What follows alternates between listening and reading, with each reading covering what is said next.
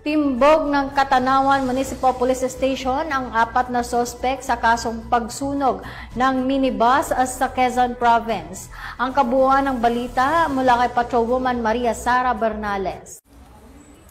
Matagumpay na naaresto ng Catanawan Municipal Police Station sa pamumuno ni Police Colonel Ledon D. Monte sa bayan ng Malunay ang 4 na sospek sa pagsunog ng isang minibus sa Barangay Dahican, Catanawan, Quezon.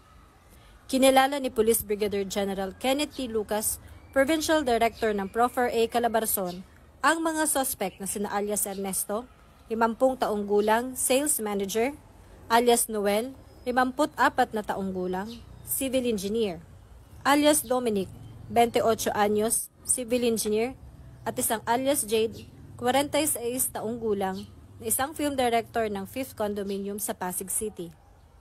Ayon sa Catanawan Municipal Police, bago nangyari ang pagsunog gamit ng gasera, ay hinarang muna ng mga suspect ang naturang sasakyan sa pag-aari ng Gumaka Transport Group, saka pinababa ang mga sakay nito kasama na ang driver at konduktor. Lumabas din sa masusing investigasyon ng pulisya na nagkaroon din ng di pagkakaunawaan ang driver ng minibus sa isang traditional jeepney driver sa naturang bayan. Minsan na ring nakatanggap ng pagbabanta ang dispatcher ng GTP matapos nitong kunan ng larawan ang mga lumang modelo ng jeep sa lugar.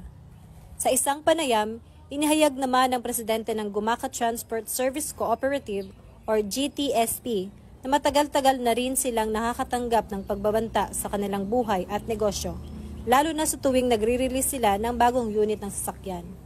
Samantala, sinampahan na ng kasong arson ng 4 na suspect habang pansamantalang nakaipit sa himpilan ng pulisya.